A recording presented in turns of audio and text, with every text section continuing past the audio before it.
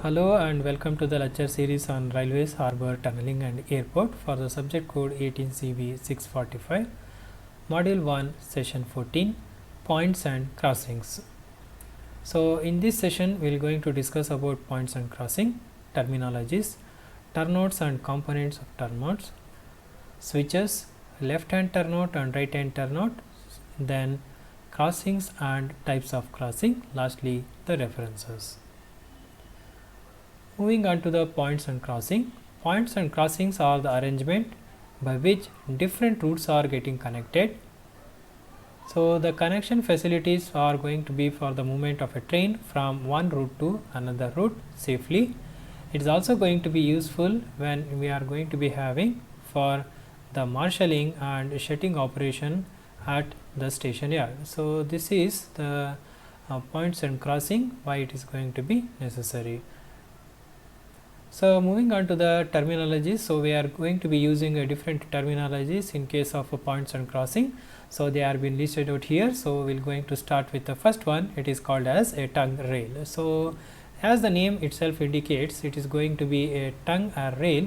So as the rail is going to be having a shape, or it is been tapered like a tongue, and it is going to be lie in between two stock rail. So that is going to be called as a tongue rail. So always the tongue rails are going to be connected by a stretcher bars. So these are going to be in turn connected by the stretcher bar. So this enables the tongue rail to move through the same distance and it maintains the same gap. So that is the advantage of the stretcher bar when it is being provided with respect to the tongue rail. So this gap is always going to be known as a throw of a switch.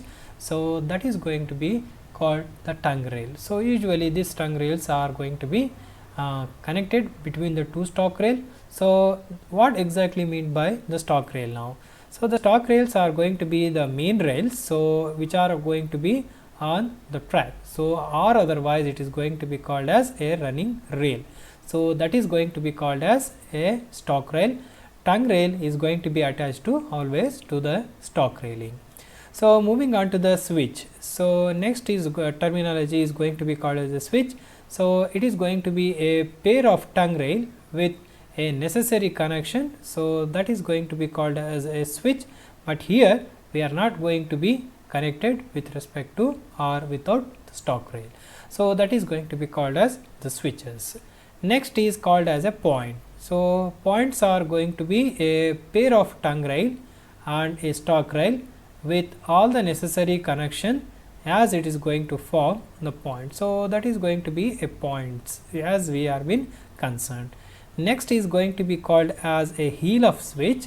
It is going to be a imaginary point on the gauge line, or it is going to be in midway between the end of lead rail, or if there is going to be between lead rail or switch rail. So that is going to be called as heel of switch.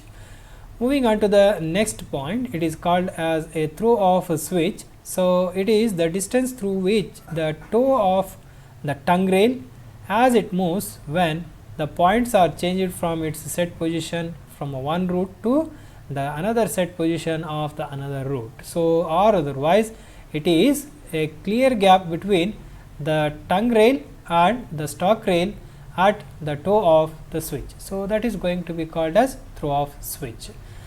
Moving on to the next terminology, it is called tongue length. So as in previously we had defined the tongue rail. So it is going to be the free length of a tongue rail, or otherwise from toe to the end of the tongue rail, it is going to be called as tongue length. Next is going to be the switch length. So it is going to be the length between the toe of a switch rail to the heel of the switch. So that length we are going to be called as switch length. Similarly, we are going to be having some more terminologies like theoretical toe switch. So it is going to be a point of intersection of the gauge line from the tongue rail and its toe. So when it is going to be extended and it is going to be at the stock railing. So that is going to be called as theoretical toe switch. Next is going to be a left hand turnout or a right hand turnout. So that is going to be a turnout depending upon the direction of how the rolling stars has been getting diverted from the main line. So in the subsequent slide we are going to learn what is going to be the left hand and right hand turnout.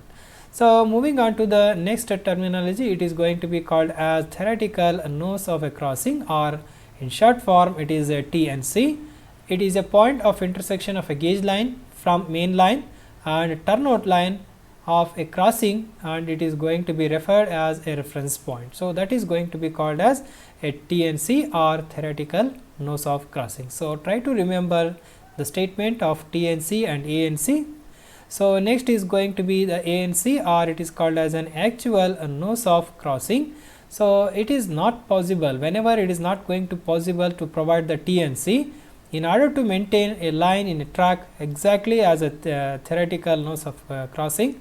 So a shorter length is going to be cut off for certain thickness to provide or to have a nosing. So that is going to be called as actual nose of crossing. That is actually what we are going to be providing with respect to if TNC is not going to be provided in the track system, that is called ANC.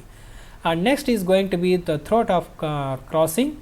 So the throat of crossing is nothing but it is a point at which the converging wing of the rails and of crossings are going to be nearest to each other. So that is going to be called as a throat of crossings. So moving on to the next parameter, it is called a turnout. So turnout is going to be a simplest combination of points and crossings. So it is nothing but it is a combination of a points and crossing. So it enables a one track, either a branch or the siding, to take off from the another track. So it may be main track or the branch. So that combinations we are going to be called as turnout.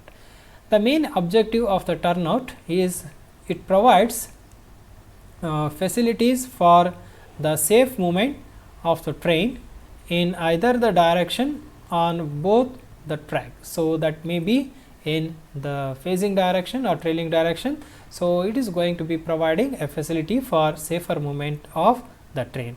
Similarly, a turnouts are going to be designed as a right hand or a left hand turnout, depending upon whether the traffic is going to be diverted to the right hand or left side of the turnout. So depending upon the direction of a change from main line, how it is the traffic is being getting diverted.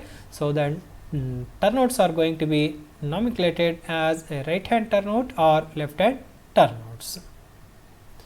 So moving on to the important components of the turnout, we are going to be listing so many things here. So just I will going to be quickly go through it. So it's going to consist of a pair of points or the switches, then it is going to be having a pair of a stock rail, then it is going to be having a V crossing, then 2 chuck rail, 4 leading rails, then the stretcher bar, wing rail. Next is going to be a switch tie plate, or it is going to be a gauge tie chair, and it is going to be a crossing tie plates are going to be there. Then next is going to be studs or the stops. Next is the bearing plate wherever it is going to be necessary, then the slide chair, the stretcher bars, and etc. From the operation point of view, we are going to be having a rods and cranks and levers, etc. From the locking system point of view, we are going to be having a locking box, a locking bar, and a plunger bars, etc. So these are the important components with respect to turnout has been concerned. So next, moving on to the points or the switches. So always switches we are going to be having broader classifications, namely we are going to be having a stubbed switch, then another one is going to be the split switch. So coming to the stub switch, so in this type there is no separation between the tongue rail as it is been provided. Instead, some portion of the track is going to be moved from another side, so that it is going to be act like a stubbed switches. So but in Indian Railway it is not going to be used, the stub switches are not going to be preferable. Then we are going to be having the another type of switches, that is going to be called as the split switches. So the split switch is going to be having a loose heel type and also going to be a fixed heel type. Once again we are going to be having a two type with respect to the split switches has been concerned. Moving on to the first, that is going to be a loose heel type, or it is going to be called as an articulated type. So, in this category of switches, that is in case of a split switch, the switch or the tongue rail are going to finishes at the heel of the switch. So, that is what it is called a loose heel switch, and this enables a free end for the tongue. Next is going to be a fixed type or a spring type or a flexible type of a split switch. So, the tongue rail does not end at a heel of the switch, but it is further extended. So, that type of switches are going to be called as fixed type. So, just we are going to be discussing the switch. We are having a two categories, that is a stub switch and split switch. So, in the split switch we are going to be having a loose and fixed heel type. So, moving on to the next one, we are going to be having another category called as undercut switches. So, in case where the height of a stock rail, so wherever we are going to be having in case of a height of a stock rail and the tongue rail is going to be same, then it is desirable to cut off a small portion of a flange at the foot of the stock rail. So, try to remember whenever we are going to maintain the height of both the stock rail and the tongue rail, then it is somewhat desirable to cut some portion of a flange of the footing of a stock rail, so that the toe and tongue rail is going to be accommodated under the head of the stock railing. So, this is going to be called undercut switches. Next type is going to be a overriding switch. So, in this type there is a separate rail sections of a stock railing and tongue rails are adopted. So, instead of cutting, we are going to be having a separate rail section for both the stock rail and tongue rails are being adopted. The stock rails of a heavy section and tongue rails of a light sections are going to be used instead of cutting the flanges, as it is going to be weaken the stock rail as in case of undercut switches. So, this is another type of switches. So, as we are explaining in case of a turnout, we are going to be having a left hand type. So, always the direction is going to be measured a left or a right with respect to the facing direction. So, try to see the arrow mark is here. So, when this section is going to be on towards the left side, hence it is going to be called as a left hand turnout. So, these are the terms we are being already given. So, that is going to be alpha angle is going to be called as an angle of crossing. So, this is going to be the junction is called as a flare. CR is nothing but the chuck rail. TNC, that is a theoretical nose of crossing. So, what we have been explaining in the previous definitions or terminologies. Next is the ANC. So, always TNC is on a broader side. So, ANC is going to be the actual nose of crossing. Then OSLR is going to be the outer straight leading rail, OCR is on a curve. So, then inner ISLR means it is going to be inner side of a leading rail. So, then it is going to be a blocks. So, spring blocks or whatever the type. So, that is going to be on this joining section. So, apart from that one, we are going to be having a toe of a switch here. So, then we are going to be having a difference between this is going to be called as a throw of switches. So, that is going to be called as a distance blocks. So, the same terminology we have been explaining here. So, that is with respect to left hand turnout. So, OSLR, so that is in this it is going to be OSLR. So, the OSLR is nothing but it is a outer straight lead rail. CR is nothing but the chuck rail. WR it is there. No, so WR is nothing but it is called as a wing rail. So, the flares and the throat. So, try to see where exactly the ANC is and TNC. So, apart from that one, so everything is going to be the stock rail. So, always it is going to be a leading rail is going to be touch. So, that is going to be called as a stock rail. Then a tie bar which is going to be connecting is going to be called as a stretcher bar. So, this is going to be the stretcher bar which is being provided in order to give a track or the movement of the train from the branch to main or main to a branch. So, these are going to be nomenclatures we have been using it. So, try to remember this diagram from the examination point of view. So, moving on to the another type. So, it is going to be called as a right hand turnout, because from the phasing direction it is going to be towards the right direction. So, all the features are similar with respect to the left hand turnout. So, the same nomenclatures we are using it. So, the same thing with respect to the right hand turnouts has been concerned. So, previous sessions we have been explaining with respect to what exactly the stalk rail and a tongue rail. So, always try to remember here the tongue rails are always going to be flared in a section or tapered in section when it approaches from its branch to a main line. So, these tapered sections we are going to be called as a toe or a tongue railing. So, try to see here it is the main rail. So, that main rail is always going to be called as a stalk rail. So, whenever the branching out it is going to be done with a tapering section, those are called as tongue rails. So, it is going to be modified under a cut switch. So, try to see here the switch is going to be a small portion of the flange is been cut from the main railing. So, similarly the old it is going to be undercut, means once again the cut section is going to be here, then the straight cut with respect to the same flange, and the tongue rails are going to be maintained at the straight level. So, these are different types of switches we are going to be using it. So, in case of points and crossings. So, we had discussed about the turnouts. So, moving on to the next thing, it is called as a crossing. So, a crossing or a frog is going to be a device which provides a two flange way through which the wheels of the flanges may move when two rails intersect each other at an angle. So, try to remember this. Crossing or a frog is a device which provides two flange ways through which the wheels of the flanges may move when two rails intersect at each other at an angle. So, that is going to be called as a crossing. The flanged wheels of the train, when it is going to be jump over a gap through the throat of a nosing, that is a TNC, the chuck and the wheel flanges may going to strike the nose, then the opposite wheel flanges are going to be guiding to use as the chuck rail, as it is going to be having a running rail. So, that is a assembly of crossings.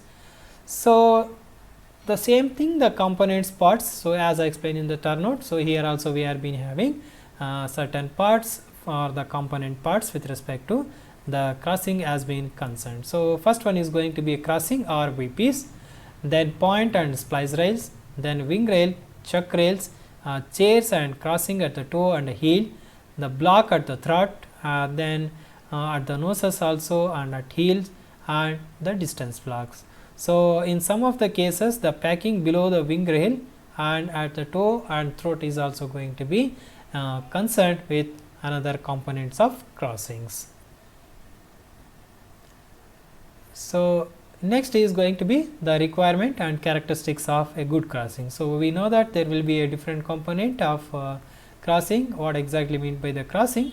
So, if I say a requirement, so for a crossing has been concerned, so whatever the assembly of crossing has to be there, it should be rigid and it has to stand against the severe vibration which is come from the loosening of the components. So, next is going to be the wear on the parts of the wing rail because of the opposite of the nose, and also the nose itself must be protected. It means the nose has to be protected, it has to be rigid against the vibration what is going to be caused from the system. Apart from that one, a crossing body should be a rigid one as far as possible, and it is going to be as long as practicable. Lastly, the nose of the crossing should have some thicknesses from the practical consideration. So, these are going to be some of the requirements with respect to good crossing has been concerned. Moving on to the types of crossing. So, always the crossings are going to be classified on these following heading. So, if you are being concerned over the shape of the crossing, if you are concerned with respect to the shape, so we are going to be classifying the crossing as acute angle crossing or otherwise Y crossing, or it is called as a frog.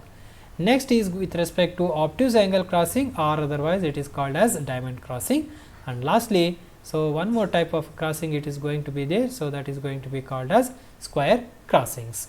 So apart from this basic shapes of a crossing, so on the basis of assembly of a crossing also we are going to be having two type. One is called as a spring or movable wing type, and second one is going to be called as a ramped crossing. So these types are going to be usually used in types of crossing. So moving on to the first type, that is called as an acute angle crossing. So acute angle crossing or Y type of a crossing, it's based on the shape of crossing. So try to see the image over here. So as this angle is going to be with respect to flangeway and the throat, when measured with the facing direction, so it is going to be in an acute angle. So this type of crossing is going to be widely used because as we know that this is going to be obtained when left hand rail of a one track crosses to right hand of the track with respect to track system, or otherwise the vice versa. So this acute angle crossings are being provided. If the angle of intersection of approaching rail is an acute, the T is going to be termed as an acute angle crossing. It consists of the points and splice rail, wing rails and chuck rail. So just observe this image. So LH of a wing rail means it is going to be left hand wing rail, right hand wing rail. So then it is going to be the actual throat, it is been there in having both the left and right crossing. So this is a point of rail, then this is a flange, the flare it is being provided. So this is the actual nose of crossing and theoretical nose of crossing. Some splice rails are going to be there with respect to crossings has been concerned. So this assembly or the type with respect to junctions or crossings are going to be called as acute angle crossings.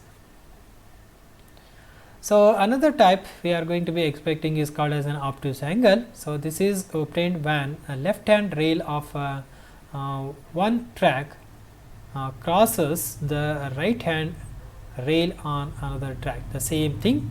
So the special crossings are going to be called obtuse angle because in this type of a crossing a long wing rails do not carry the wheel as in case of the acute angle crossing, but they are acting as the chuck rail. So try to see the images of the both obtuse angle crossing and acute angle crossing. So the change is nothing but whenever we are going to be talk about the rails, so we are going to be having a chuck rail.